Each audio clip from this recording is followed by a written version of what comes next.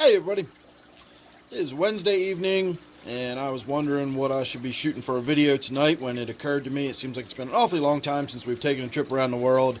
So here's a really impromptu round the world update. Don't really feel like I've got a lot to talk about tonight, but I guess that'll probably find out as we go on. My 29 miscellaneous here, haven't really done much in the way of work to it.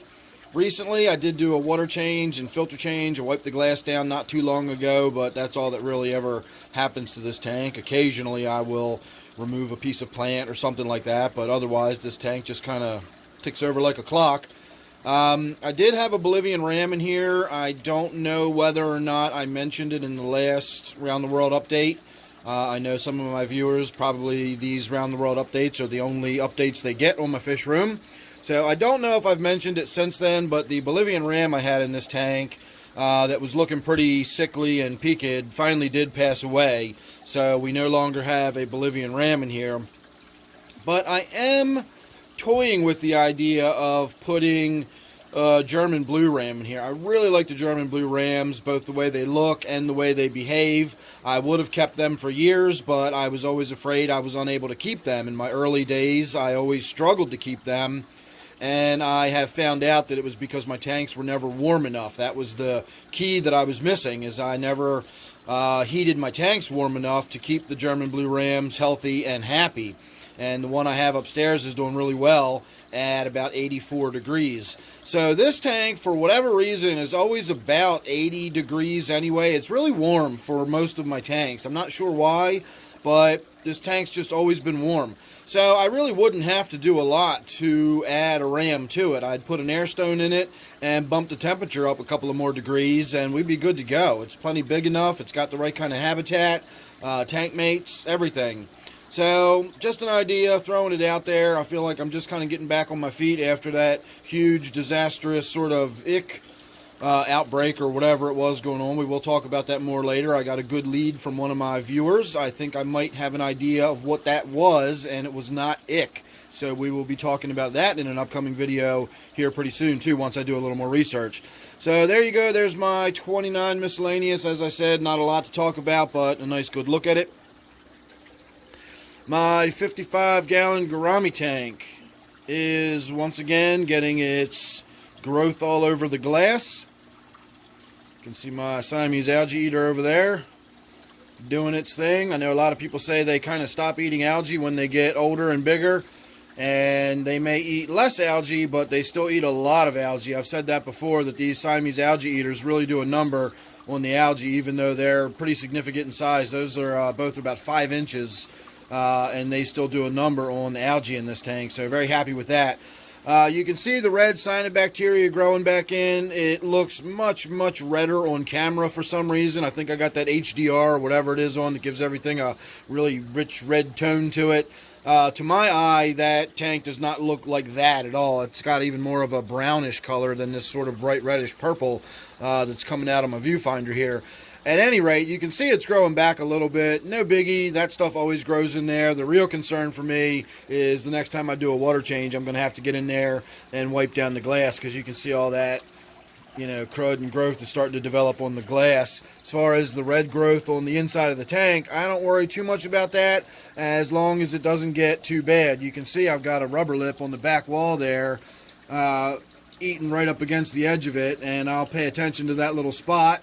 And we'll see if that rubber lip doesn't actually devour that, because if it does, then it's even less for me to worry about. But I really don't think the rubber lip will eat the red cyanobacteria. They will eat it once it's been killed off, interestingly enough. If you use a ChemiClean treatment and kill that, and you wind up having a bunch of dead cyanobacteria in the tank, then the fish will come around and start scraping away at it, which I've always found to be interesting. So otherwise, not really anything going on here in my 55-gallon gourami tank, but I figured I'd give us a little bit of a look at this one too. My little zebra loach that I added recently is still doing really well. It's not growing fast, but it's a loach. Loaches don't grow fast, but it is doing well, looking healthy, staying active, nice bright colors on it. It feeds and interacts with the other fish, in a very regular and normal way, so I'm really happy about that. And as I stand here, we can see that rubber lip really is working away at that spot of red. Looking now, again, that also, to me, does not look anywhere near as red as that's coming out on camera, but it's very clearly red cyanobacteria on the glass back there that rubber lip pleco is working on. Now, there might be other stuff mixed in with that. I'm sure there is. And maybe it's eating the other stuff that's mixed in with it, but it's certainly eating that cyanobacteria in the process. I mean, that's eaten a considerable amount of it since we've been videoing. So that's kind of interesting. So you never know what you're going to get on these around the world updates. I told you it's going to be a spur of the moment type video. Anyway, that's about all I got going on in there. If you're wondering why the plants look so bad like that, that's because I've got gouramis in this tank, and gouramis chew on plants all day long. You can even see my Anubias over here, as thick and tough as that is, it gets scraped by the pleco. You know, the rubber lip we were just seeing scrapes the leaves, and then when the leaves get all sort of rough and tattered around the edges, the gouramis come in and actually chew on the Anubias, even as tough as that is. And so that's why that Anubias looks all chewed up like that.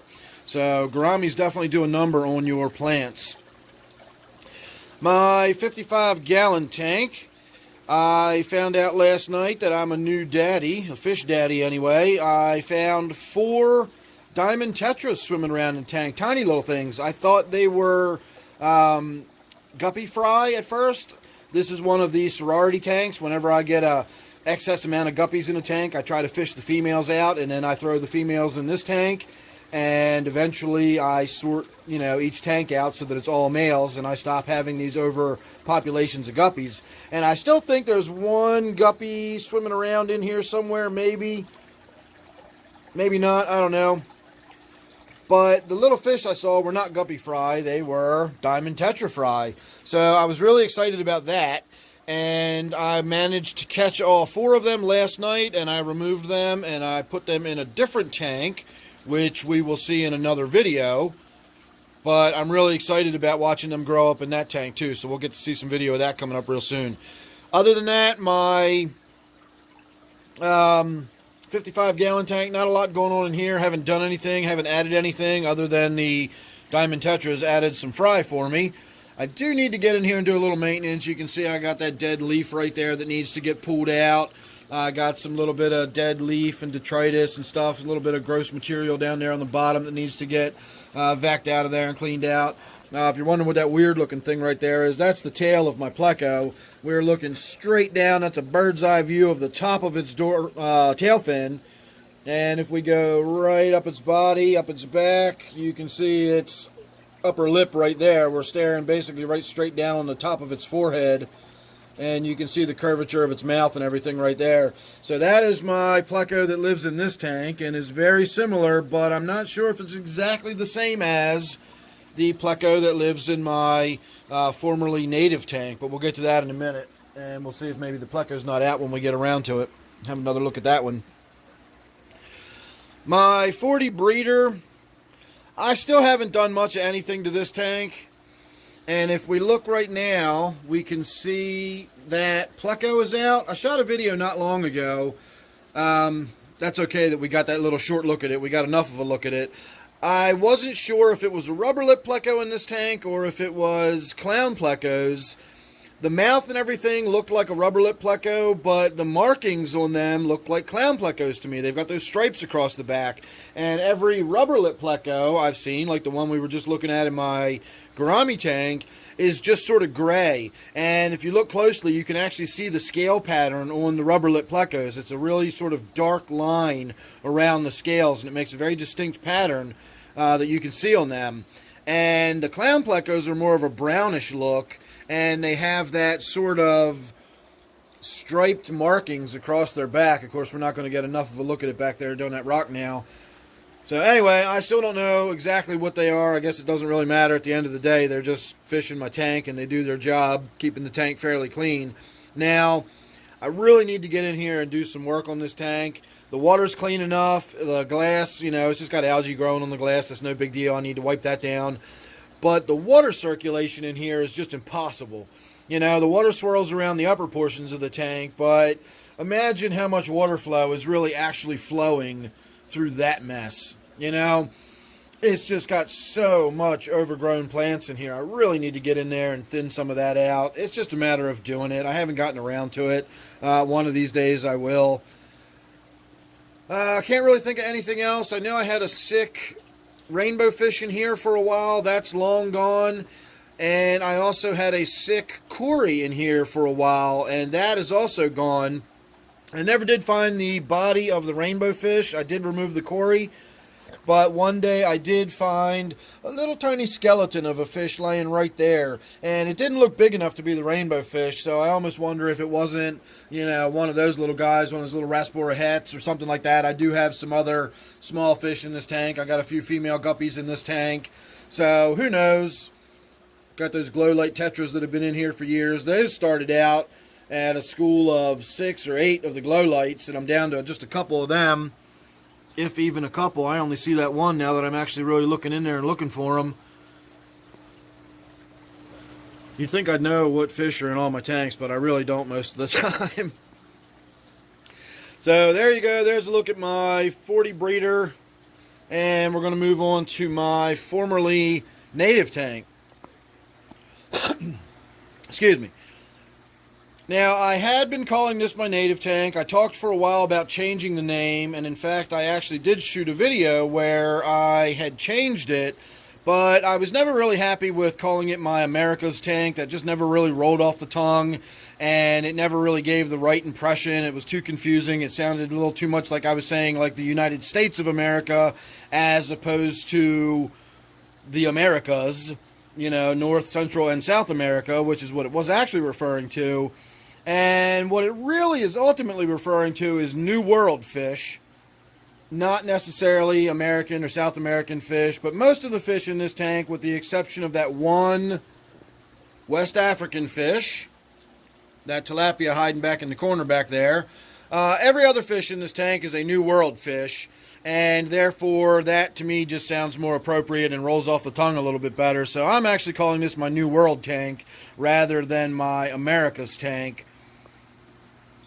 And other than that, I really don't have a lot to talk about. I guess if we're going to talk about everything that's happened since my last Round the World update, we'd have to start with my silver dollars there. These 4 spotted silver dollars are the ones that started with my original, we're going to call it my ick saga, where I started dealing with the sick fish that I assumed was the ick outbreak, but again, may not have been actually ick.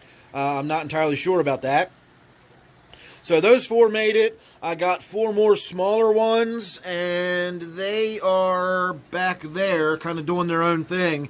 And they are actually just silver dollars. They're not the spotted silver dollars. Now, the little ones tend to separate out and swim to the back of the tank. There's one of the, that's the biggest of the regular silver dollars right there.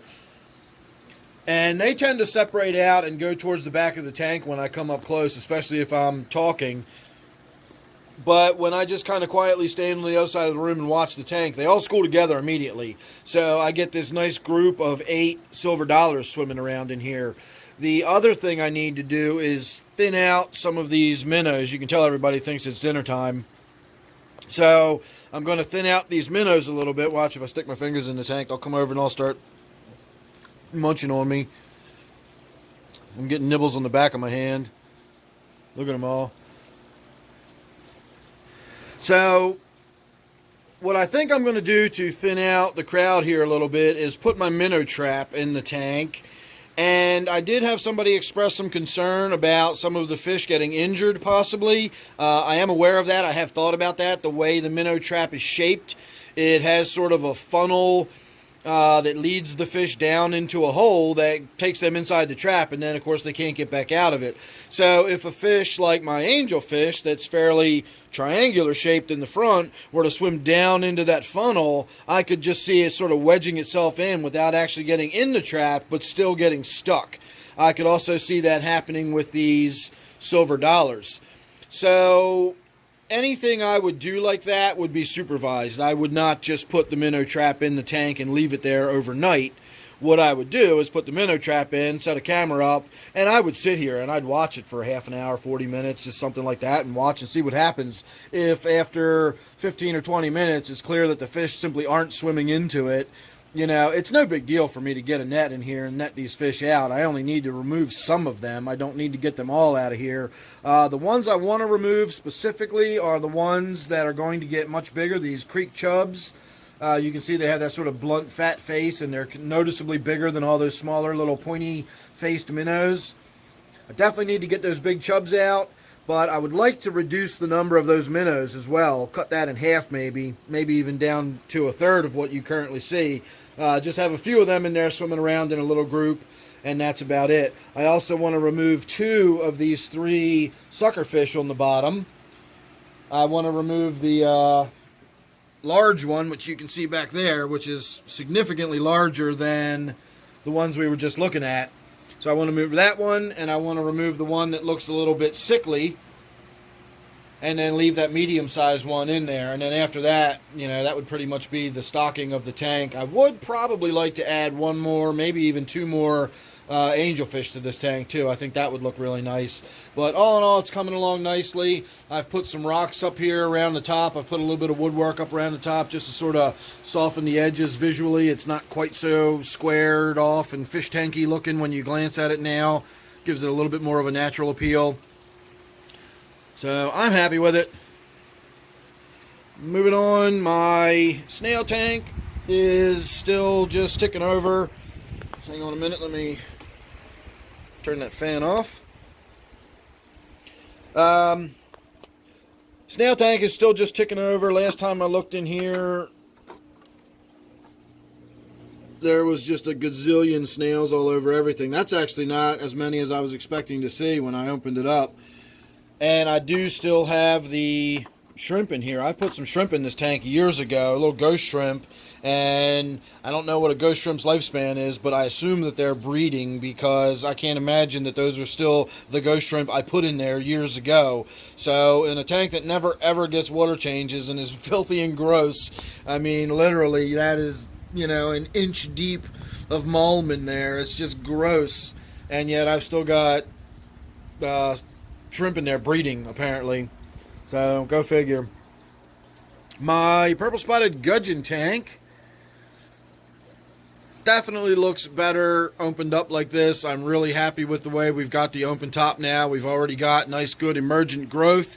At this point I'm actually worried about having to prop these up. If you're familiar with my office tank, you'll know that my temple plant, which is what this is, or swamp weed if you prefer, it's hygrophila, that will get big and bushy. In fact, it will get big and bushy enough that it'll grow up and right on past that light and into the ceiling.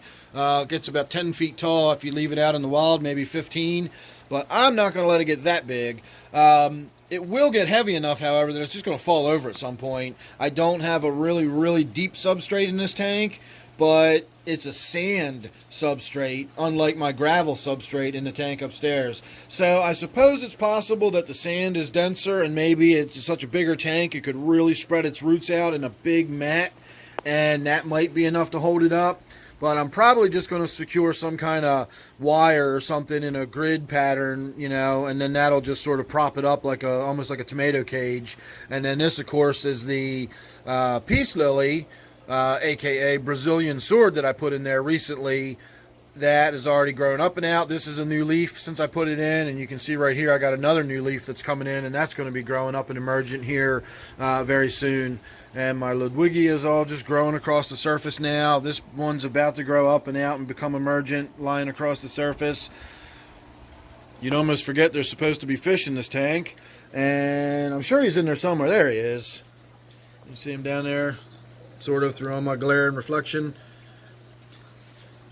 So he's there. I've got the little catfish that still hides under there, and I have not seen the pleco that's been in this tank for a very long time, so I don't know if it's still in there or not. But I used to have a rubber lip in this tank.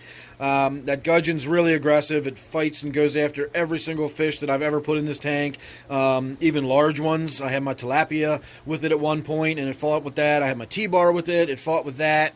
So that's why this one's in a tank by itself. I still consider getting rid of it. I've been tossing around the idea of trading that in.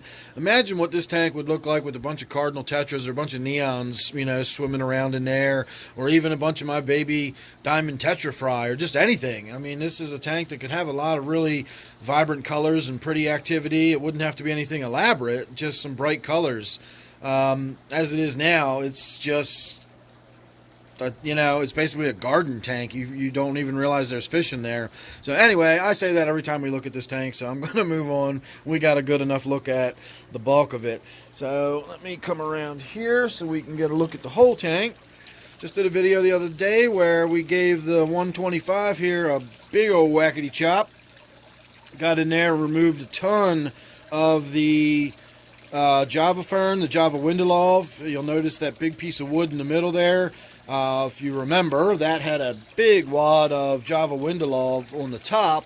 I pulled most of that off. You can see a couple little pieces clung to it, and there's some roots attached to it. I'm actually kind of hoping I get a little bit of regrowth from those roots.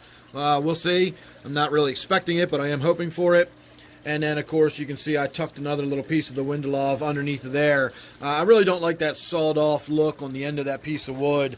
Ideally, that piece should have been in the ground, and these two should have been up. It's a fork, actually. I don't know if you can tell that or not, but there's two branches. One goes behind this, and the other one is here. And I tried doing it the other way around, but it's almost as wide as the tank is deep. And having that end buried in the sand and having this end up as like a fork, it really didn't work. It looked a lot more natural in a certain way, but it didn't look natural, and it was unstable. And eventually I just decided I would try to disguise this end by growing some plants over it, and it worked just fine right up until I tore all the plants off of it, and now we kind of have to start over. But again, that's no big deal. That's all just part of gardening. You always have to dig stuff up and transplant it and move it and relocate it when it gets too big or grows into some area you don't want it or whatever. Really like the way the light makes its way down through the leaves now, especially when the fish drift in and out of the shadows and the light.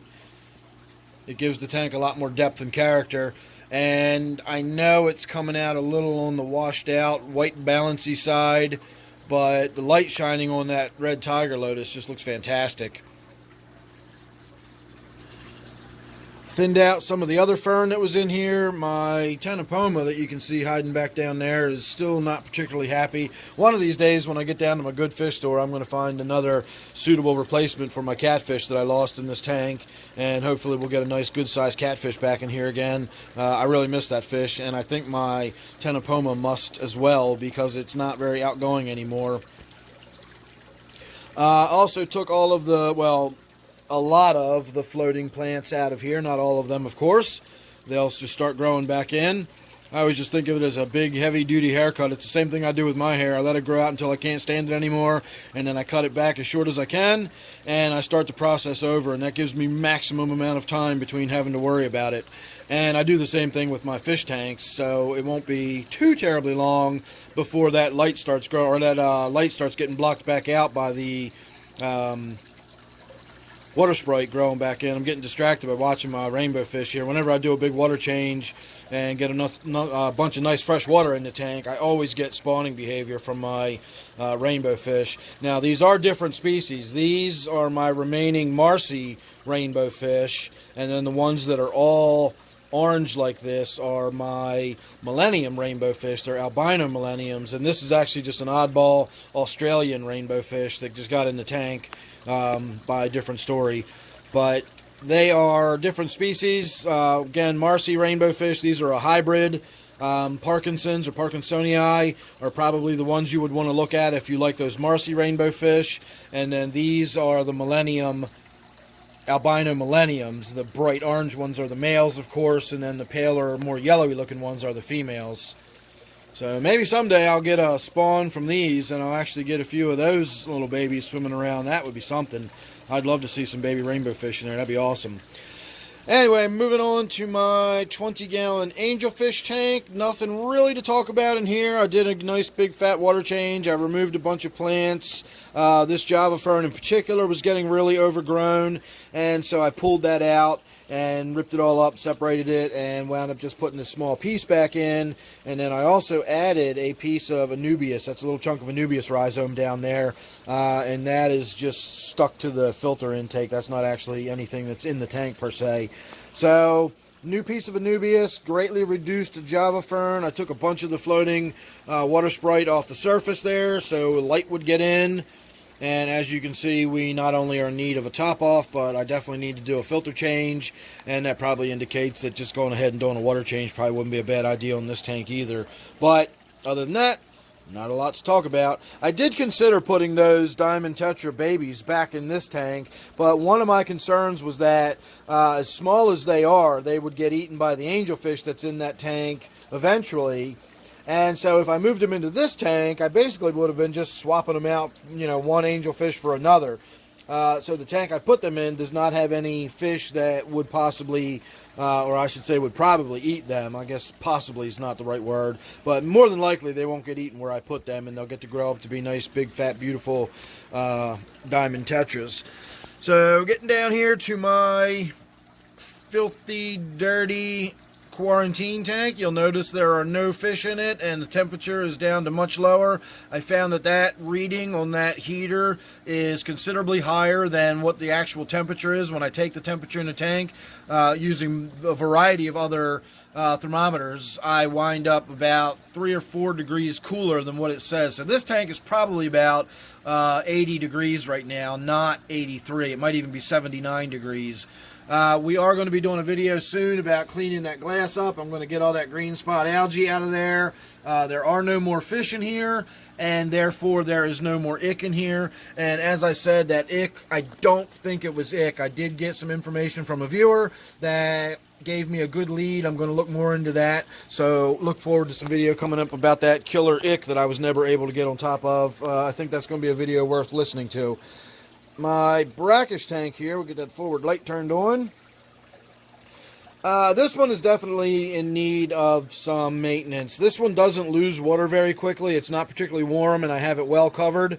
But you can see I'm significantly down on water. And if you're wondering what that thing floating in the front right there is, that is a piece of styrofoam with a hole cut out of the middle. And what I do is I put butter beans, freeze-dried krill in there. That's his main staple food. I only give him snails a few times a week, but most nights he gets freeze-dried krill. And I used to have to give him a piece, make sure he found it, because if he didn't, it would float away, and it would swirl into the corner of the tank, and it would just sit there until it got soggy, and then eventually it would sink. So I had to make sure he got each piece. I had to wait for him to eat the one and come back and you know, ready for his next piece. And it was pretty time consuming when I'm in here just trying to feed everybody. So what I did was I put that little floating piece of styrofoam in there. I guess that's just polystyrene. And now I can just put a few little pieces of shrimp in there, and he knows that's his little feeding pen. Whenever I'm over at the tank and I open the lid, he comes over immediately and checks out that little area. And so it prevents any shrimp from floating away, and I can just put 2 or 3 of them in there and walk away. And he does what he does and eats one, and he comes back and he gets the next one, and I don't have to worry about it. If I put too many in there and he winds up getting full, they will eventually get soggy and sink, but it's not because they went off into a corner somewhere and he never found it because it was stuck behind the filter intake or something, you know. It was just he wasn't hungry and didn't eat it, and it wound up getting soggy and sinking. So I really do need to get in here and do some maintenance. You can see the glass needs to get wiped down. I've got a veritable graveyard of snail shells in there that need to get picked up. That's what all those white things you can see are. Those are all empty snail shells. And then I think as much as I could do a vac and get a lot of that red cyanobacteria out of this tank, I think we're going to do a chemi-clean treatment on this tank as well. I haven't done one on this tank in quite a while, and there's enough of that red cyanobacteria in there that I can actually smell it when I open up the tank lid now. I can smell that sort of wet newspaper, musty dog, old root cellar kind of smell that you get from that cyanobacteria. It's a really stinky, musty, foul smell, and I think it's time to do a little chemi-clean treatment on that. So we are just under half an hour as we made it all the way around, and since we're under half an hour, we're going to go ahead and do a quick look at the waterfall tank here and really go all the way around the world and then have a stop right in the middle. Let me get the lights fired back up here. I got to shut all this down before I start shooting any other video, or you get nothing but glare on all the tanks. So I just did a big water change on this tank recently. I wiped the glass down, did a gravel vac, and of course I need to get in there and wipe the glass down and do a gravel vac again. This tank gets dirty pretty quickly. Looks like I've got a dead fish on the bottom right there, completely covered in snails. That looks like a dead guppy. This is a snail shell. That's an old nearite snail shell. That's been in there forever. But this, the white thing you can see, is a dead guppy, I believe. And then it's covered in snails. So I won't have to worry about pulling that guppy out of there. That will be gone by the morning. And then I'll have some snails ready to feed the butterbean shortly thereafter. So I really need to change the filter on this one again. You can see back here I got just some filter material stuffed in the pump, and we're back down to just this little trickle. But I have noticed that even when I take the filter material out completely, I've just got a reduced amount of water flowing out of this waterfall. One person did suggest that these pumps just over time lose their capacity. They just don't pump as much water, and that's all I can think of, because I've cleaned it out. The hose is completely unimpinged. Unimpinged, is that a word? Unimpeded? There's nothing blocking the hose, so I don't know why I'm getting such reduced flow. So at this point, I have to stay on top of that filter almost constantly in order to keep it from just reducing to a little trickle. So we're going to be looking into that soon. I might even consider buying a new pump. If I do redo this whole waterfall, I would probably want to buy a pump set up for, specifically for whatever I was going to set it up to be, so I don't, I don't know. I'm kind of concerned because I liked my waterfall being a nice vigorous waterfall, and this just does not really seem like a nice vigorous waterfall. And I just changed that filter last night. So it's been a little more than 24 hours since I changed the filter, and we're already down to this kind of water flow. So anyway, I'm going to ramble on about that filter because it's bugging me, so I'm going to try to move on here. My dead nettles are doing really well. I've been keeping the planter up here watered, and of course the plants just come down. They got to come way down here to get light, but we are getting some upturn of growth. It's actually starting to grow back in here a little bit. We got a bunch of roots and stuff on that's a big Nubius rhizome right there. I'm hoping we'll get a nice big Nubius growing back there. I'm getting a little bit of growth on some of the water sprite I've put in there. You can see all this nice bright green stuff. That's all water sprite. A little bit of water sprite growth right there.